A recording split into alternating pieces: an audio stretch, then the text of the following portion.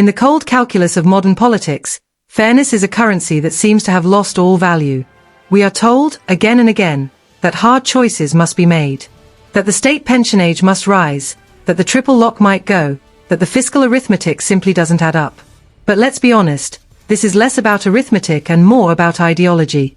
When politicians like Prime Minister Keir Starmer and Chancellor Rachel Reeves talk of iron fists and tough decisions, what they really mean is this: those who have worked hard their entire lives, paid their dues, and built this country up brick by brick, will once again be asked to carry the burden. Meanwhile, the system continues to coddle those who contribute the least. It's a moral betrayal dressed up in the language of economic necessity. Let's start with the numbers, because that's where the apologists for this slow-motion robbery always retreat. We are told that raising the state pension age is inevitable, that people are living longer, that the system is unsustainable, and that we simply can't afford to keep paying out while the population ages.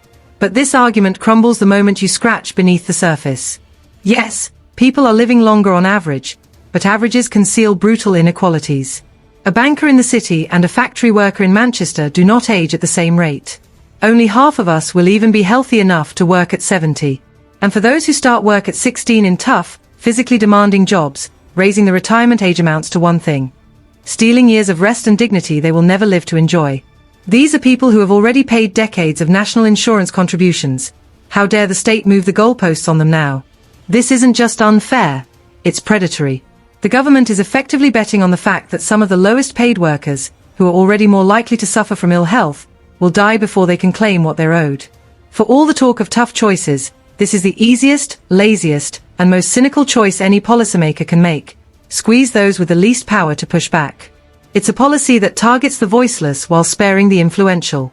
No one in Westminster is seriously proposing a wealth tax or tackling the billions in corporate tax avoidance. Instead, they'd rather nick a pension from a builder who spent 40 years on scaffolding. What makes this all the more infuriating is the sheer hypocrisy at play. Politicians are quick to talk about fairness and the importance of contribution when it comes to pensions. Yet, in the same breath, they champion a benefit system that increasingly rewards those who contribute nothing at all. Millions of working-age adults are living on benefits while pensioners, who have already done their part, are being told to wait longer and longer for what they were promised. How is it fair that someone who has worked for 50 years is being told to tighten their belt, while someone who hasn't lifted a finger gets a free ride? The rhetoric of fairness collapses under the weight of its own contradictions. And then there's the triple lock. Politicians love to pit generations against one another, painting pensioners as greedy for wanting their state pension to rise in line with inflation, wages, or 2.5%, whichever is higher. But let's not forget what the state pension actually is. It's not a handout, it's a contract. Pensioners have spent their entire working lives paying into the system, with the understanding that the state will support them in old age. To scrap the triple lock or to make pensions less generous would be to break that promise. And for what? To save a few £billion while the government squanders far more on wasteful spending, cronyism, and tax breaks for the wealthy? The Treasury, of course, loves to frame this as a zero-sum game. If we keep the triple lock, they say, the state pension age must rise. As if these are the only options.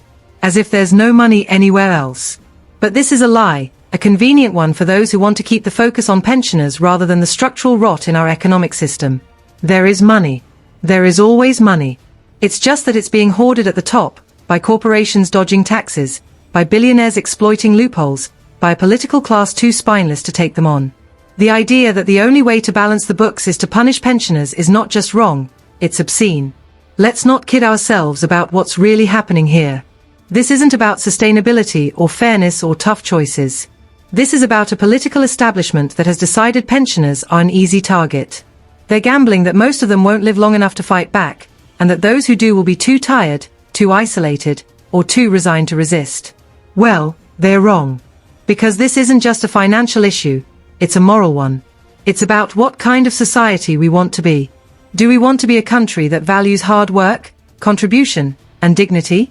Or do we want to be a country that exploits its most vulnerable while shielding the powerful? The answer should be obvious. It's time to stop treating pensioners as a fiscal footnote. They built this country. They kept it running through wars, recessions, and crises.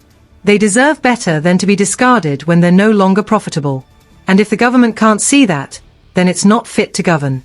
Let the iron fist fall where it belongs, on the tax dodgers, the profiteers, and the politicians who have forgotten who they're supposed to serve. Because if we can't protect our pensioners, what's the point of any of it?